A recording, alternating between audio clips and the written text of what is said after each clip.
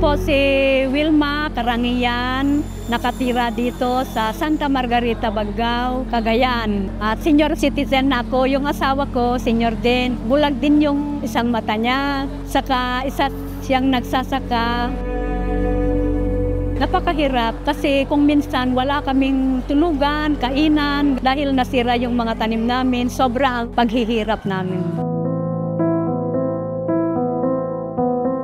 Kung minsan wala kaming saing, naghihintay na lang kami, may kape naman, ganon, kung ano yung meron. Pero ang kailangan namin talaga, yung tulong bigas.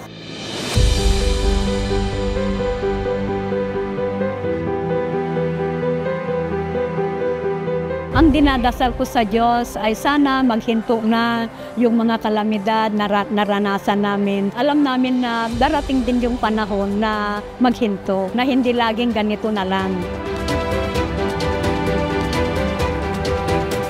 Magpapasalamat ako sa Solid North na party list na bigas na binigay nila. Thank you.